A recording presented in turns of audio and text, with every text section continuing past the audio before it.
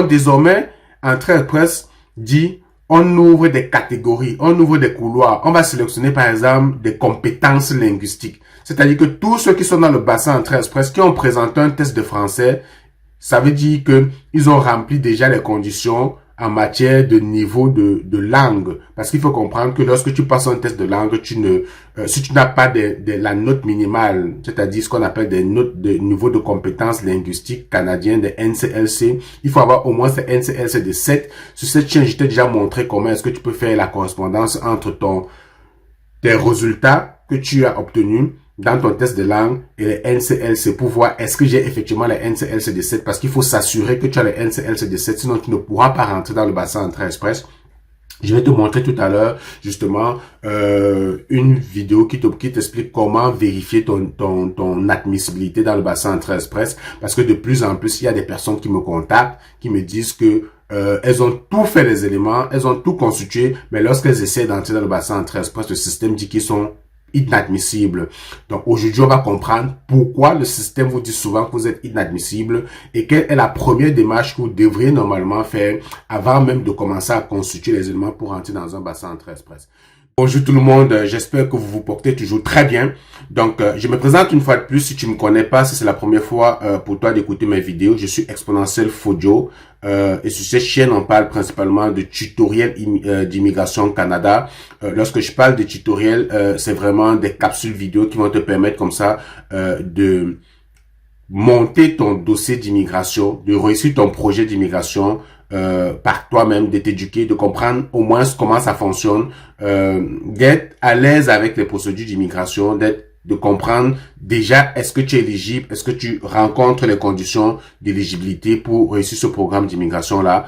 Donc regarde dans les playlists des vidéos sur cette chaîne, tu vas voir que en général, pour venir au Canada, il y a deux gros programmes, les programmes vraiment les plus connus. Il y a Arrima puis Entrée Express. Arrima, tu fais ce programme si tu veux t'installer dans la province du Québec au Canada. Le Québec, c'est la principale province francophone au Canada, qui a son programme qui sélectionne ses propres candidats, ok, parce qu'elle a cette prérogative là, et donc il y a ses exigences et en matière d'immigration. Maintenant, à côté de Arrima pour le Québec, tu as un autre programme d'immigration qui s'appelle Entrée Express. Entrée Express qui te permet de venir et de t'installer dans toutes les autres provinces du Canada, excepté le Québec. Donc, si tu veux, il y a le Québec qui a son programme d'immigration et il y a le reste des provinces qui se sont mis ensemble pour constituer un programme d'immigration commun qui te permet, lorsque tu franchis les conditions de sélection et que tu as le score d'invitation, tu vas t'installer dans ces provinces francophones-là. Il faut comprendre que lorsque tu vas au Québec, c'est que tu as décidé de t'installer vraiment dans la province francophone, comme j'ai dit tantôt, et à l'extérieur du Québec, dans le reste du Canada, en général, c'est majoritairement anglophone. Beaucoup d'anglais et dans cette lutte de protection de la langue française dans le Canada, parce qu'il faut connaître que au Canada en général, même si c'est majoritairement anglophone, c'est que c'est un pays bilingue, français-anglais. Donc tu as quand même toujours un peu de communauté francophone dans beaucoup de provinces anglophones. Ok, il y a quand même des communautés francophones.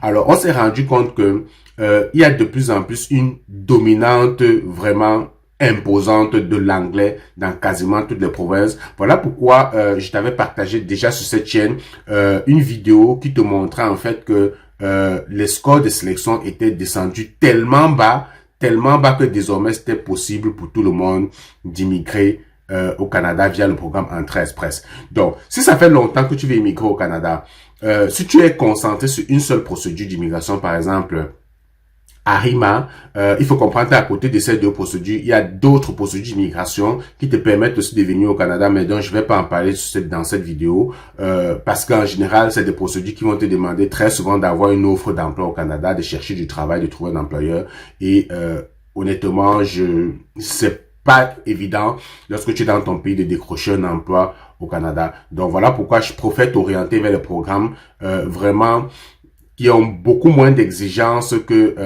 le programme des provinces, par exemple.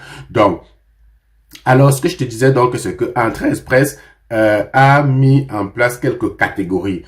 Si tu veux, avant, lorsque tu étais dans le bassin Entrée Express, on sélectionnait tout le monde, ok? Il fallait on ne prenait pas en compte les catégories. Ce n'était pas segmenté. Chacun n'avait pas son couloir. C'est-à-dire que tu sois médecin, pharmacien, informaticien, dans la santé, dans les métiers, tout le monde était mélangé ensemble et on faisait des tirages. Et cette façon de faire là faisait que les scores étaient très élevés, ok?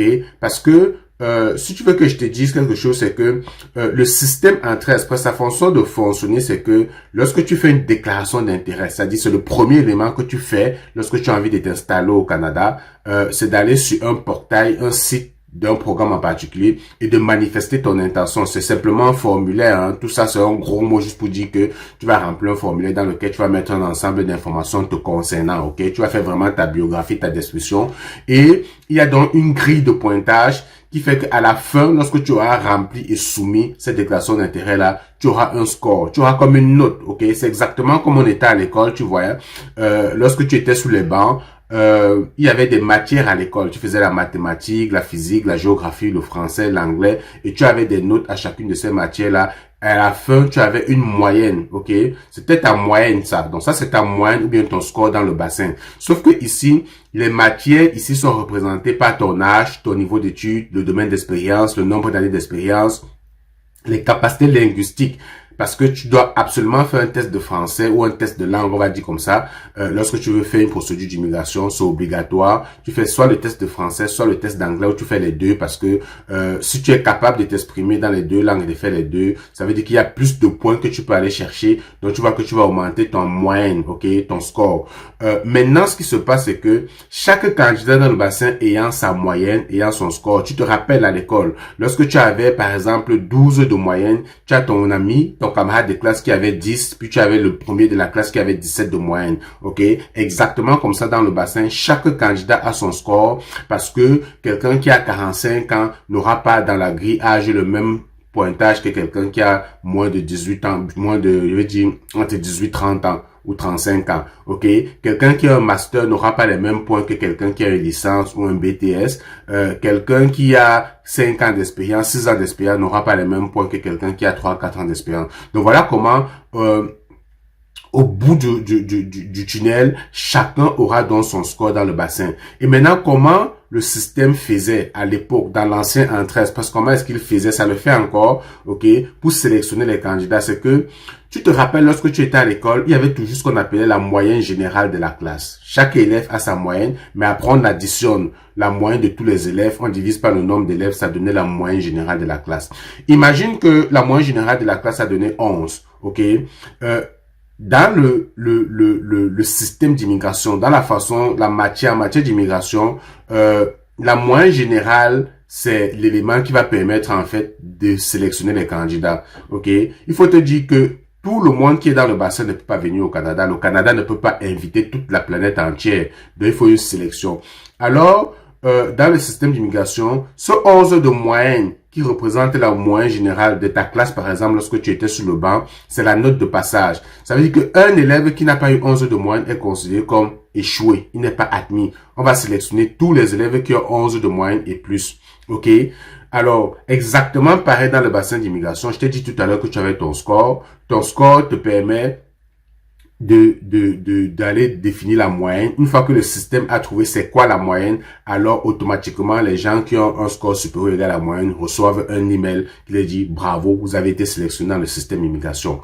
Alors, sauf que avant, le fait de mélanger tous les profils, tous les critères, ça faisait que les scores étaient très importants. Il fallait aller chercher les scores de 540, 530, 496, 490 pour être sélectionné dans la catégorie extraction directe du bassin Entrée Express. Les scores étaient vraiment très importants, très élevés. Alors, pourquoi? Parce qu'on faisait la moyenne sur la base de tous les candidats dans le bassin et ça faisait que les gens pouvaient rester dans le bassin Entrée Express pendant longtemps. Ils n'étaient pas tirés parce qu'il fallait avoir des scores excellents. Et à partir de là, donc, certaines personnes se tournaient vers d'autres programmes comme Arima parce que effectivement, c'était pas évident d'être sélectionné. Alors, j'espère que tu écoutes toujours la vidéo parce que si tu es toujours là, c'est parce que tu trouves le contenu intéressant. Donc, like puis abonne-toi parce que ce qui va suivre est très important. Alors, maintenant, Entrée Express a donc mis des couloirs, ok? C'est-à-dire que on ne sélectionne plus tout le monde ensemble. On ne mélange plus tout le monde. Ce qu'on dit maintenant, c'est que, ok, nous, on va sélectionner par exemple des gens qui sont mathématiciens. C'est-à-dire qu'on va venir dans ta classe, on va dire, ok, on veut seulement ceux qui sont mathématiciens. Cette semaine, on veut seulement ceux qui sont physiciens. Cette semaine, on veut seulement ceux qui sont bons en biologie, ceux qui sont bons en langue. Ok? Ça, c'est les métiers. Donc, désormais, Entrée-Express dit, on ouvre des catégories, on ouvre des couloirs. On va sélectionner, par exemple, des compétences linguistiques. C'est-à-dire que tous ceux qui sont dans le bassin Entrée-Express, qui ont présenté un test de français, ça veut dire que ils ont rempli déjà les conditions en matière de niveau de langue. Parce qu'il faut comprendre que lorsque tu passes un test de langue, si tu n'as pas la note minimale, c'est-à-dire ce qu'on appelle des notes de niveau de compétences linguistiques canadiennes, des NCLC, il faut avoir au moins ces NCLC de 7. Sur cette chaîne, je t'ai déjà montré comment est-ce que tu peux faire la correspondance entre tes résultats que tu as obtenus dans ton test de langue et les NCLC pour voir est-ce que j'ai effectivement les NCLC de 7 parce qu'il faut s'assurer que tu as les NCLC de 7 sinon tu ne pourras pas rentrer dans le bassin Entrée-Express. Je vais te montrer tout à l'heure justement une vidéo qui t'explique comment vérifier ton admissibilité dans le bassin Entrée-Express parce que de plus en plus il y a des personnes qui me contactent qui me disent que elles ont tout fait les éléments, elles ont tout constitué, mais lorsqu'elles essaient d'entrer dans le bassin Entrée-Express, le système dit qu'ils sont inadmissibles. Donc aujourd'hui, on va comprendre pourquoi le système vous dit souvent que vous êtes inadmissible et quelle est la première démarche que vous devriez normalement faire avant même de commencer à constituer les éléments pour entrer dans un bassin Entrée-Express. Donc ce que je t'expliquais, c'est que cette nouvelle catégorie-là, cette nouvelle façon de sélectionner les candidats fait que on ne calcule plus la moyenne sur tous les élèves de la classe. Imagine que dans ta classe, on calcule la moyenne générale en se basant sur tous les élèves et que désormais on dit non. On ne va plus faire cette moyenne-là sur tous les élèves.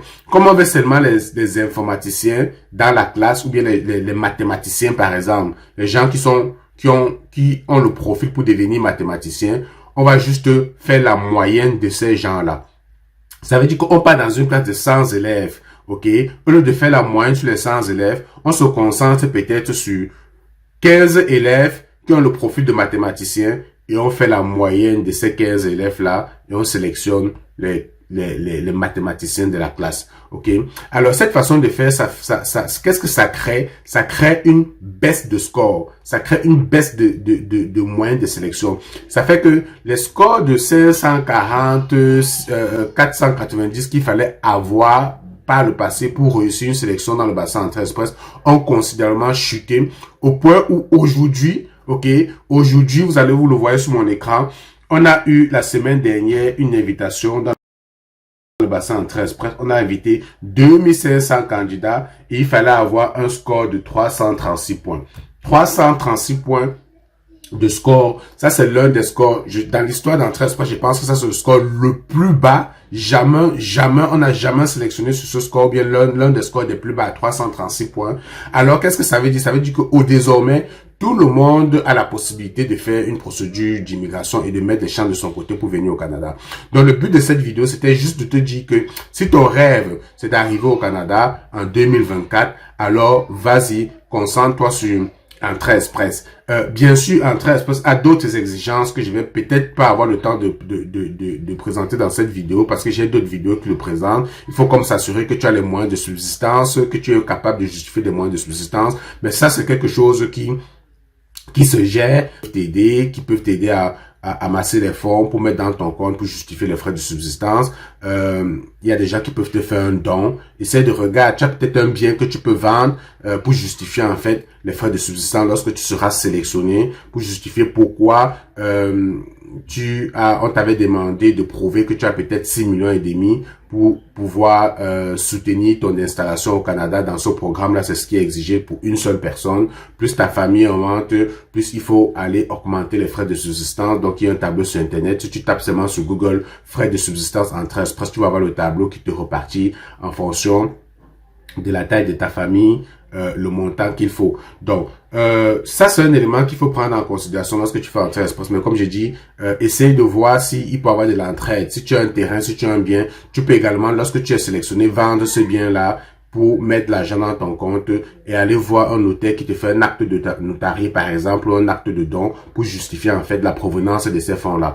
Donc, ça c'est une piste que je te donne comme ça, mais pour te dire que si ton rêve, ok, c'est vraiment d'immigrer au Canada, si ça fait longtemps que tu es dans le bassin, peut-être Arima ou bien dans d'autres programmes, si tu te casses la tête à venir au Canada, peut-être étudier, alors que tu as déjà un niveau universitaire, soit de licence, soit de BTS, alors tu comprends qu'il te suffit simplement de passer un test de langue, de rentrer dans le bassin Entrée Express et de venir au Canada comme résident permanent.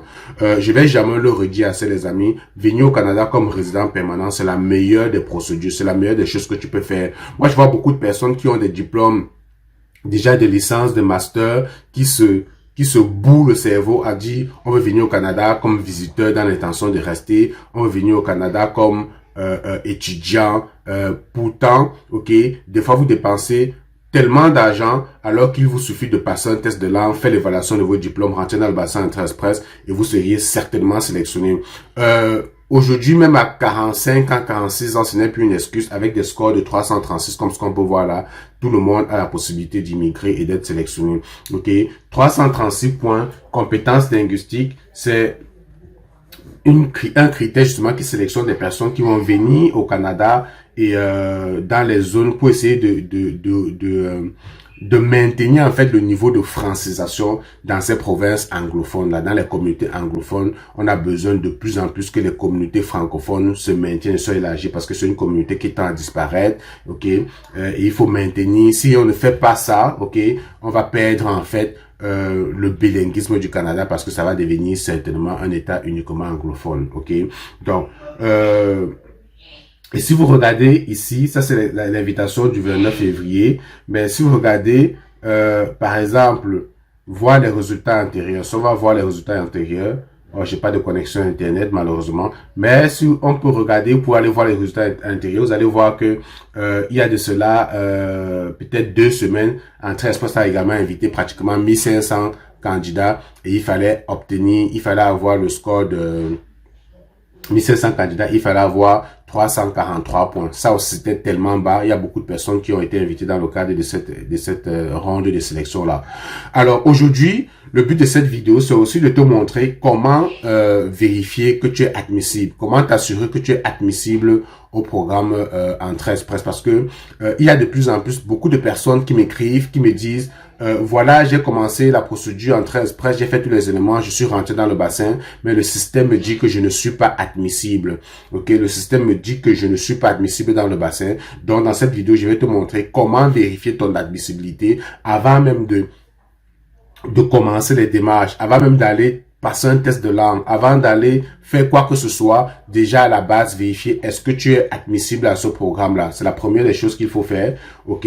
Je vais également en profiter pour parler à toutes ces personnes-là qui sont, je pense, particulièrement au Cameroun, parce que pour faire le programme Entrée Express, comme tu vas le voir ici dans le petit tableau, il faut absolument 2 types de tests de langue. Tu dois passer soit le TEF, soit le TCF Canada. Absolument. TEF ou TCF Canada. Et en anglais, tu vas passer le IELTS, ok? Il te faut passer absolument le IELTS pour faire cette procédure d'immigration. Actuellement, je pense aux gens qui sont au Cameroun, c'est très compliqué de passer le TCF Canada ou le TEF. Beaucoup d'engouement, beaucoup je veux dire, de conjections au niveau des centres linguistiques. Des gens qui veulent faire le TEF ou le TCF Canada peuvent facilement attendre. Je connais des personnes qui, depuis 1 an et demi, essaient de passer un test de TEF ou de TCF au Canada, ne sont pas capables, ne sont pas en mesure. On s'entend que c'est le seul test qui te permet de faire le programme Entrée Express. Mais les amis, bougez-vous. Si c'est vraiment ton rêve, si c'est vraiment ton projet, bouge-toi parce que actuellement, je connais beaucoup de Camerounais, beaucoup qui vont dans les pays voisins, qui vont au Congo, qui vont au Tchad, qui vont en République centrafricaine, qui vont au Gabon pour passer ces tests de langue là dans des délais relativement de 3-4 mois rapidement et faire leur procédure avancée dans leur projet. Il y a une agence de voyage au Cameroun, je crois c'est touristique, pour ne pas la citer, qui a qui fait des déplacements dans la sous-région. Donc, tu t'inscris, tu contactes le centre, par exemple, le centre linguistique du Tchad, tu payes en ligne et tu vas prendre l'agence touristique voyage. Tu n'as pas les moyens de te prendre un billet d'avion et tu te rends là-bas, le jour vraiment tu composes, puis tu rentres et tu avances dans ta procédure d'immigration. Il faut surtout comprendre que vu que tu fais un déplacement quand même qui est coûteux, onéreux, pour aller passer un test de langue, il va falloir que tu te prépares très bien pour mettre des chances de ton côté. Donc, si la préparation, c'est quelque chose qui te préoccupe et qui a l'adresse tutoimmigration@gmail.com, tutoimmigration@gmail.com, ça nous fera plaisir de t'ajouter et de te préparer dans le groupe, ok? Ce groupe qui a beaucoup de succès, beaucoup de candidats qui sont passés par là sont très satisfaits de la qualité du travail, du rendement. Donc, si c'est quelque chose qui t'intéresse, rejoins le groupe. Donc, pour revenir à la vidéo, comment finalement vérifier que tu es admissible. Alors, tu vas comprendre que l'une des conditions pour s'assurer de son admissibilité dans le bassin Entrée Express, c'est d'avoir minimum 67 points sur 100. Donc, rassure-toi que tu as 67 points sur 100. Donc, aujourd'hui, je vais faire le cas, je vais prendre l'exemple d'une candidate. C'est vraiment une candidate qui m'a écrit pour me faire comprendre que voilà, elle n'arrivait pas à entrer dans le bassin, ça lui disait qu'elle était admissible. Elle a pourtant un bon résultat au test de langue, comme je vais te montrer tout à l'heure, mais elle ne peut pas entrer dans le bassin simplement parce que elle est inadmissible. Pourquoi elle est inadmissible? On va aller regarder ça ensemble, les amis. Et j'espère que vous également qui rencontrez ce problème, ça vous permet de vous aider. Alors, la candidate, j'ai commencé à remplir ici. Ça fait longtemps également, je n'ai pas parlé du groupe Facebook. Vous savez, on a un groupe Facebook. Ce fichier également, je vais le mettre dans le groupe Facebook. Je vais le partager dans le groupe Facebook. Donc, je vais mettre le lien du groupe Facebook en description de cette vidéo. Rejoignez le groupe Facebook et allez chercher ce fichier, donc qui sera dans le groupe Facebook. Ok. Donc, ou bien sur Facebook, cherchez le groupe Tuto Immigration Canada, Tutoriel Immigration Canada, Tuto Immigration Canada sur Facebook. Donc, alors, la candidate ici, vous voyez, ça c'est les éléments qui vont permettre en fait de vérifier son admissibilité. Ici, par exemple, au niveau de l'âge, elle a vraiment 46 ans, ok? Vous voyez, il y a tous les âges ici, mais elle a 46 ans. Donc, je prends 46 ans, on descend plus bas. Diplôme, elle a une licence en droit, donc, quand je regarde ici, vous avez tous les études. Donc, elle ici, diplôme d'études secondaires. Ok, j'en profite également pour vous dire que les amis, si vous avez un diplôme d'études secondaires, ça ne vaut pas la peine de vous concentrer sur les matières d'immigration, sur les procédures d'immigration. Comme vous le voyez, ça repose sur des grilles de pointage. Avec un diplôme d'études secondaires, vous ne serez quasiment jamais sélectionné. Vous n'allez jamais rencontrer les critères de sélection. Ça vous prend au moins un diplôme, de préférence au moins un bac plus 2, un BTS, une licence à la base, ok, pour mettre des chances de votre côté. Donc, alors c'est baccalauréat ou diplôme 3 ans obtenu. Donc, on va prendre ceci. Elle a ça. Au niveau de ses tests de langue, ok, comme je vous ai dit tout à l'heure, quand vous passez un test de langue, vous avez les 4 épreuves. Compréhension écrite, compréhension orale, expression écrite, expression orale. Ici, vous avez ce que je vous disais tout à l'heure, ce qu'on appelle les niveaux de compétences linguistiques de NCLC. Lorsque vous avez vos tests de langue qui se présentent comme ça, ok, par exemple, vous voyez, elle ici, elle a ses tests de langue, c'est C1, C2, C2, C1, avec des notes ici, 524, 690 et tout ça là. Comment vous assurer que ça repart au NCLCD7 parce que le minimum qu'il faut avoir ici pour entrer dans le bassin, c'est d'avoir des NCLCD7, ok? Il faut minimum 7. Si vous avez moins de 7, vous ne pouvez pas entrer, donc 7 partout. Donc, vous devez avoir l'exigence d'avoir 7 partout. Si vous avez moins de 7, vous ne pouvez pas entrer dans le bassin. Donc, on va mettre 7. Et on va mettre 7. Donc, ok. Maintenant, ici, en anglais, on va dire, elle n'a pas fait d'anglais parce qu'effectivement, elle n'a pas fait d'anglais. Et beaucoup de candidats souvent ne font pas d'anglais. Donc, nombre d'années d'expérience. On va regarder ici, nombre d'années d'expérience. Vous voyez, 6 ans et plus, 2 ans à 3 ans, 4 à 5 ans. Elle a 6 ans et plus, ok. Je suppose qu'à 46 ans, quand même, ça fait longtemps qu'elle travaille. Elle a 6 ans et plus. Vous voyez que quelqu'un qui a peut-être, elle a 15 points, mais si vous avez 4 ans à 5 ans, ça vous donne 13 points. Si vous n'avez aucune année d'expérience, vous ne pouvez pas faire les procédures d'immigration parce que le minimum qu'il faut avoir, c'est au moins une année d'expérience. Donc, vous voyez, en fonction du nombre d'années d'expérience, vous avez également les points qui vont avec. Donc, emploi au Canada, elle n'a pas d'emploi au Canada, elle n'a pas d'offre d'emploi. Je vous ai dit, ça c'est très compliqué à obtenir. Je préfère que vous vous concentrez justement sur les procédures qui n'exigent pas d'avoir une offre d'emploi absolument au Canada. Ok. Maintenant, si on regarde ici, pas d'offre d'emploi, expérience, non.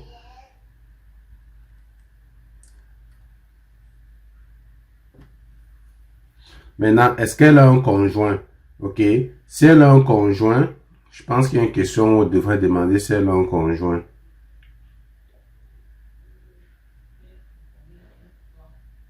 Pas d'offre d'emploi validée. Elle n'a pas de conjoint. Donc, votre conjoint a-t-il passé un test de langue? Non. Avez-vous fait des études au Canada? Non. Votre conjoint a-t-il des études antérieures? Non, non, non, non, non, non, non, non. Donc, vous voyez, ça lui donne 53 points. Donc, elle est inadmissible, non admissible au programme Entrée Express. Donc, vous voyez que si vous n'avez pas vérifié ceci avant d'entrer dans le bassin, il y a de fortes chances que vous ayez fait l'évaluation des diplômes, vous ayez passé les tests de langue et que finalement, vous êtes inadmissible au programme Entrée Express. OK? Donc, l'autre chose qu'on doit donc regarder, OK, vu qu'elle est inadmissible, est-ce qu'elle a quand même des chances? Comment est-ce qu'elle peut faire pour améliorer son score? Alors, cette dame, elle a vraiment ce test de langue, excellent test de français, elle a des C1, C2, C2, C1. Donc, elle a vraiment les maximums au niveau des compétences linguistiques. Ok. Donc, si vous voulez savoir comment vérifier vos compétences linguistiques, vous tapez sur Google correspondance test de langue niveau NCLC. Donc, vous cliquez sur ce lien.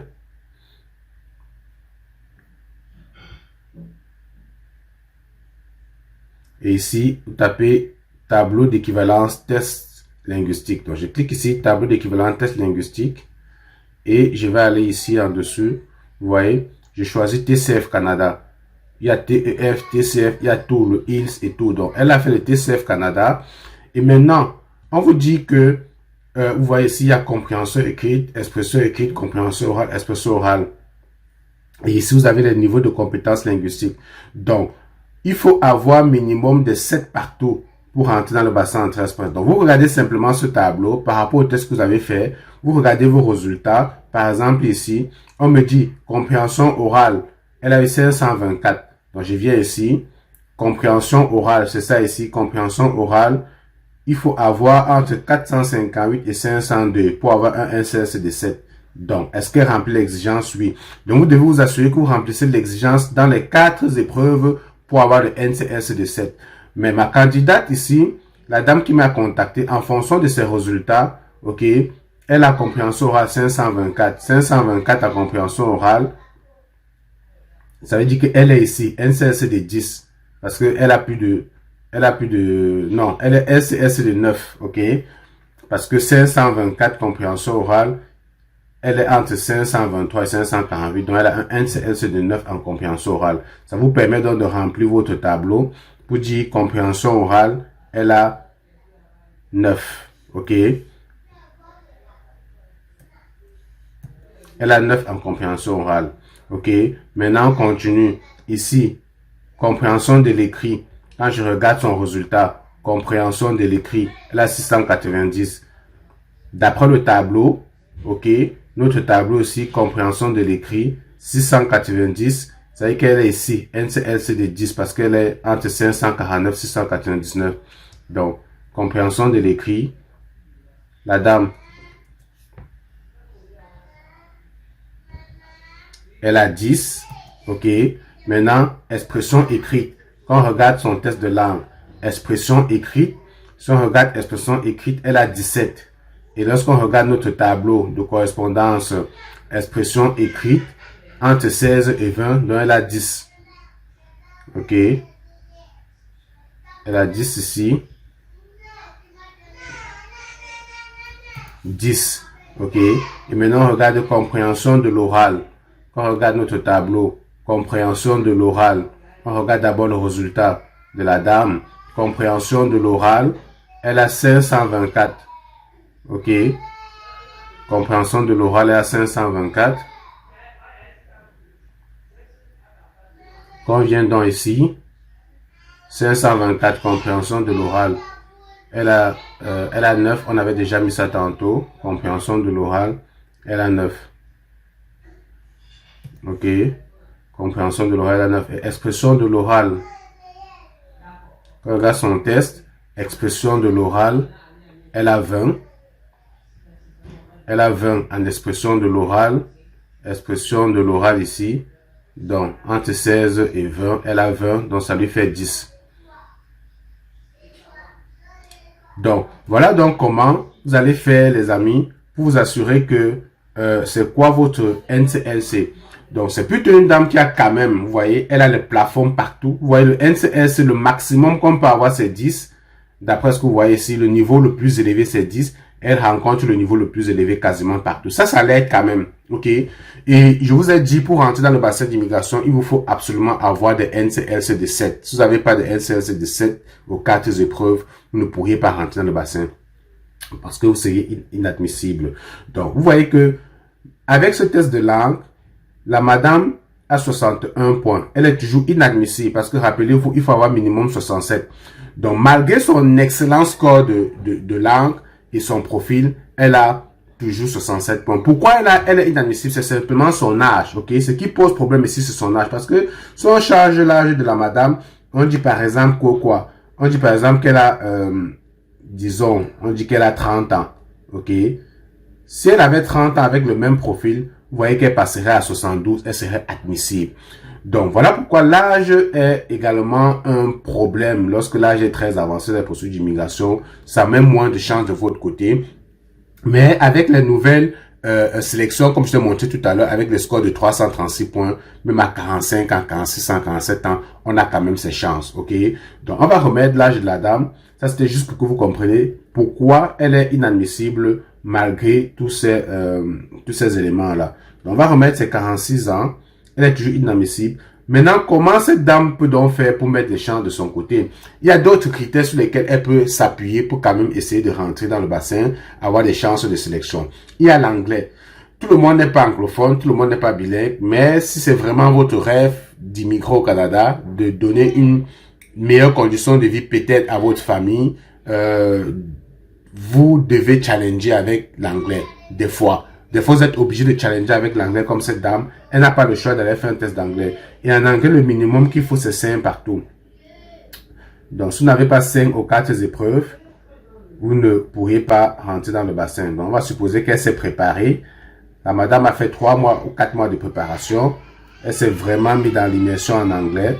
Elle a pris les cours. Et elle allait rencontrer donc l'exigence de 5 partout en anglais. Donc elle a NCLC de 5. Tout ça c'est pour aller chercher 1.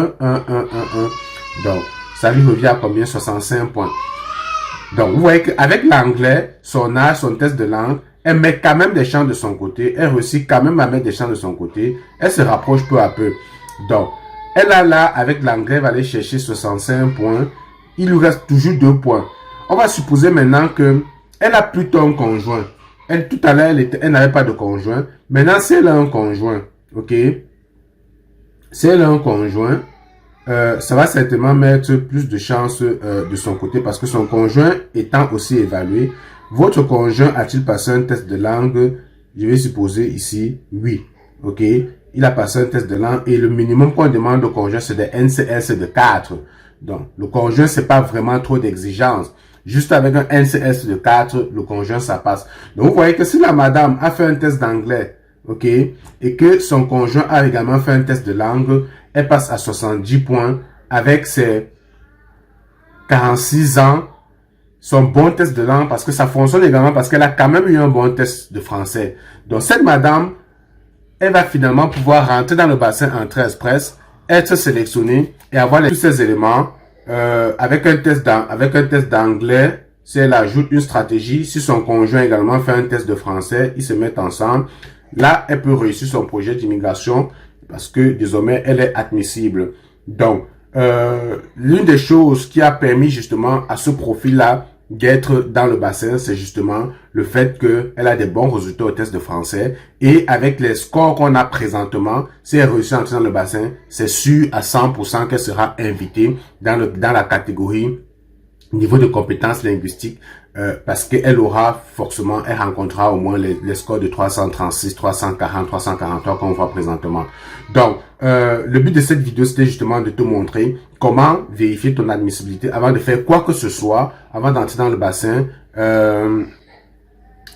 Voilà quoi. Il y a beaucoup de personnes de plus en plus qui m'écrivent, qui disent je suis pas en mesure d'entrer dans le bassin, j'essaie d'entrer, ça met tout le temps profil admissible, je comprends pas pourquoi. Essayez déjà de voir à la base si vous remplissez le minimum requis de 67 points sur 100 avant de faire quoi que ce soit. Alors, j'aimerais donc également insister, les amis, il y a beaucoup de personnes qui vont à côté au Congo, au Gabon, en Côte d'Ivoire, non pas en Côte d'Ivoire, en République centrafricaine, au Tchad pour passer les tests de langue.